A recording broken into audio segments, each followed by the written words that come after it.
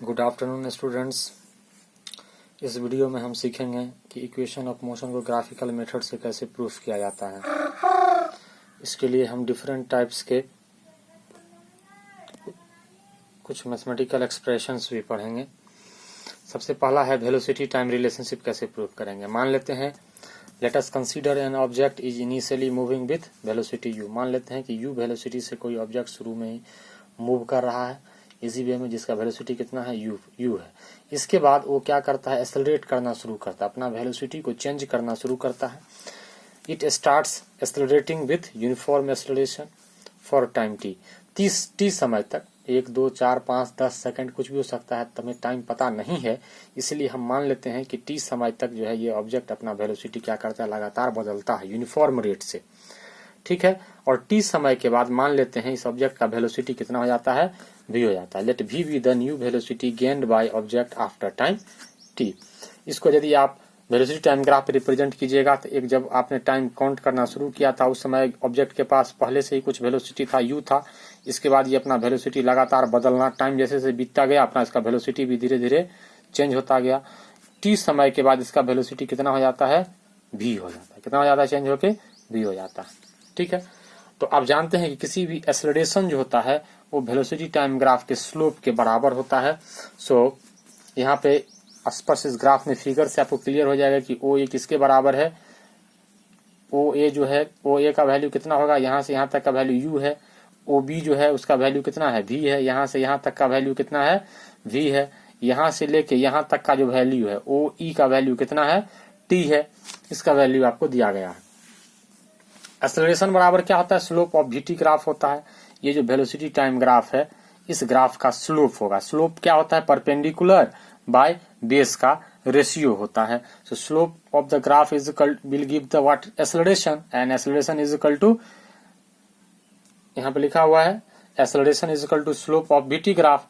और slope of VT graph क्या होता है, परपेंडिकुलर और बेस का रेशियो होता है, तो इसलिए C D by A D. So acceleration is equal to C D by A D. अब देखिए इस फिगर को गौर से देखिए, ये एक रेक्टेंगल है। रेक्टेंगल में क्या होता है, आमने सामने की भुजा अपोजिट साइड्स इक्वल होती है। इसलिए यहाँ पे सी डी जो है किसके बराबर होगा, बी ए के बराबर होगा। बी सी किसके बराबर होगा, ए डी के बराबर होगा। इसका मतलब ये हुआ कि हम सी डी को ए बी लिख सकते हैं या ए डी को हम बी सी भी लिख सकते हैं, ठीक है। तो यही कर्म करने के C D is equal to क्या हो जाएगा, ए बी लिखा जाएगा, क्योंकि ये एक रेक्टेंगल है। और ए डी जो है उसको हम क्या लिख सकते हैं, ओ ई लिख सकते हैं। क्यों, क्योंकि ये भी एक रेक्टेंगल है और ये दोनों अपोजिट साइड्स हैं, इसलिए ओ ई लिख सकते हैं। ये वाला इक्वेशन है इसको हम लिख सकते हैं ए बी बाय ओ ई। अब ए बी का वैल्यू यहाँ से यहाँ तक का वैल्यू कैसे निकाल लेंगे, यहाँ से यहाँ तक का वैल्यू कैसे निकालेंगे। इस पूरे वैल्यू में से यहाँ से यहाँ तक का वैल्यू कितना है, भी है। इस पूरे वैल्यू में से इतना वैल्यू यदि हम काट को निकाल दें ये वाला लाइन बच जाएगा। तो हम ए बी को लिख सकते हैं ओ बी माइनस ओ ए। इसी तरह से ए बी इजकल टू क्या लिखा गया, ओ बी माइनस ओ ए, और ओ ई बराबर ओ ई। अब इस सब का वैल्यू बैठा देते हैं तो क्या हो गया, v minus u by t. तो ए बराबर क्या निकला हमारा, v minus u by t. So u by t, so v minus u, इसको इसी साइड रख दिए, टी को क्रॉस करके इधर ले क्रिस क्रॉस किए, इसको इधर लेके आ गया तो क्या v minus u is equal to a t. So v is equal to u plus a t. This is first equation of motion. अब सेकंड इक्वेशन ऑफ मोशन कैसे निकालेंगे, जिसको आप पोजीशन टाइम रिलेशनशिप कहते हैं। इसी ग्राफ में यदि डिस्टेंस निकालना हो तो वेलोसिटी टाइम ग्राफ के नीचे का जो एरिया होता है, याद रखिएगा स्लोप क्या देता है, एक्सेलरेशन देता है, लेकिन एरिया जो है वेलोसिटी टाइम ग्राफ का वो किसको रिप्रेजेंट करता है, डिस्टेंस को रिप्रेजेंट करता है। तो इसका एरिया जो हम निकालेंगे इस ग्राफ के, इस वाला पोर्शन ओ, ये जो ग्राफ है इसके नीचे का एरिया क्या हो जाएगा, ये वाला पूरा एरिया। तो हम फिगर में इसको कैसे लिखेंगे, एरिया ऑफ फिगर ओ ए सी ई। अब इस फिगर को गौर से देखिए, ये फिगर दो फिगर का सम है। इस रेक्टेंगल का एरिया निकाल के इस ट्रायंगल का एरिया निकाल के दोनों को जोड़ देंगे तो इस पूरे फिगर का एरिया आ जाएगा, इस वे में आ जाएगा। फिर से सुनिए, रेक्टेंगल का एरिया निकाल लीजिए, इस ट्रायंगल का एरिया निकाल लीजिए और दोनों को जोड़ दीजिएगा तो इस पूरे फिगर का एरिया निकल जाएगा। तो इसको हम दो पार्ट में तोड़ देते हैं यहाँ पर। So distance is equal to area under VT graph that is area under OACE। So ये जो एरिया है OACE, इसको हम दो पार्ट में तोड़ दिए, area under rectangle OADE and area under triangle ADC।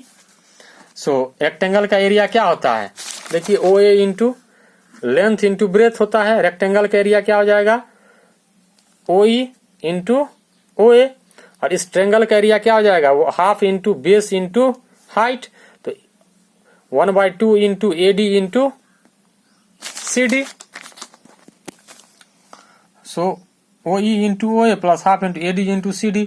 हम आपको पहले ही बताए थे कि CD को हम क्या लिख सकते हैं, AB लिख सकते हैं। पहले ही यहाँ पे दिखाए थे कि ये जो CD है इसको हम AB लिख सकते हैं। क्यों, क्योंकि ये एक रेक्टेंगल है और ये इसका अपोजिट साइड है।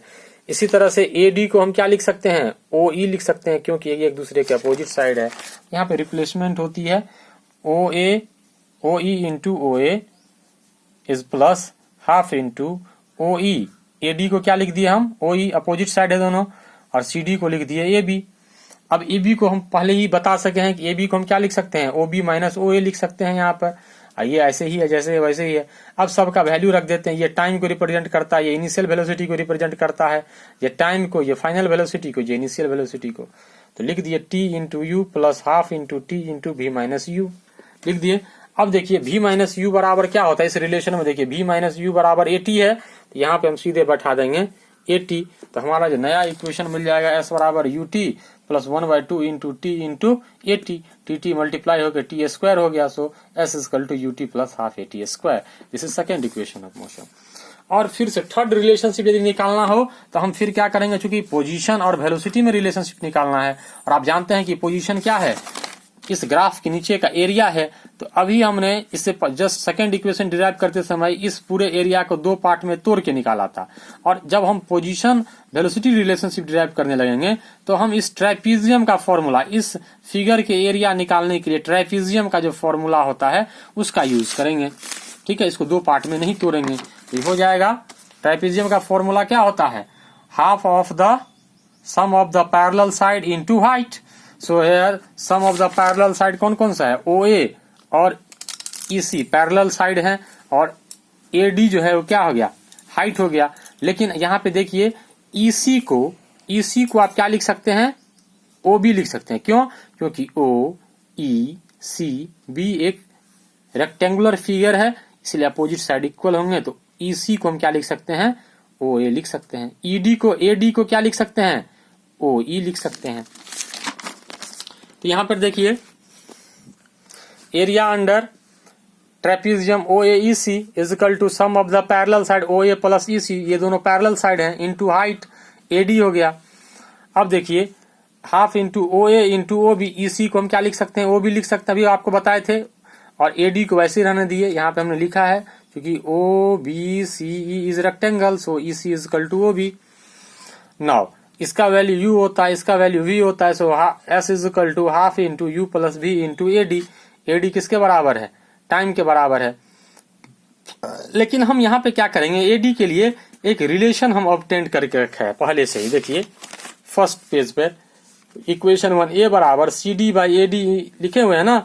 तो AD को यदि हम इधर लेके चले आए, A के नीचे आ जाए, तो क्या हो जाएगा इक्वेशन 1 से, AD is equal to CD by A लिख सकते हैं। इस AD को इधर लेके चले आए, A को नीचे लेके चले आए, तो AD बराबर क्या हो जाएगा, CD बाई A। तो इसलिए हम AD का वैल्यू वहां पर क्या लिखेंगे, CD बाई A लिखेंगे। तो क्या मिल जाएगा आपको, यहाँ पे लिखे using equation 1 in above relation, इस रिलेशन में इक्वेशन 1 का यूज कीजिएगा तो क्या मिलेगा, half into U plus V into AD के जगह पे CD by A। So S is equal to 1/2 into U plus V into CD को हम क्या लिख सकते हैं, AB लिख सकते हैं। CD is equal to AB, figure से दोनों रेक्टेंगल का साइड अपोजिट साइड है। और AB बराबर क्या होता है, OB माइनस OA, हम पहले भी कर चुके हैं, AB को इस फॉर्म में कन्वर्ट कर चुके हैं। अब इसका वैल्यू सब्स्टिट्यूट कर दीजिए, S equal to 1/2 into V plus U into, अब देखिए यहाँ पे देखिए U प्लस V है, इसको हम V प्लस U भी लिखेंगे तो कोई फर्क नहीं पड़ेगा, हम इसको V प्लस U लिख लिए। और इसका वैल्यू बैठा दिए तो हो गया V minus U by A। तो A plus B into A minus B, A plus B into A minus B तो हो जाएगा A square minus B square, B square minus U square divided by A नीचे में है। A को इस तरफ लेके चले गए, 2 और a नीचे में है, इसको इधर लेके चले जाएंगे तो मल्टीप्लाइड हो जाएगा। So b square minus u square, b square minus u square equal to 2as। नीचे में जो 2a था उसको इधर लेके चले गए s के साइड में तो मल्टीप्लाइड हो गया। ये थर्ड इक्वेशन ऑफ मोशन है। तो ये था ग्राफिकल मेथड से इक्वेशन ऑफ मोशन का डेरिवेशंस। आप इस पे कुछ न्यूमेरिकल्स हम लोग अब प्रैक्टिस करेंगे, आपको हम देंगे अगले क्लासेस में, आप इसको कीजिएगा। अभी आप इसको कॉपी में लिखिए और इसको सीखिए। धन्यवाद।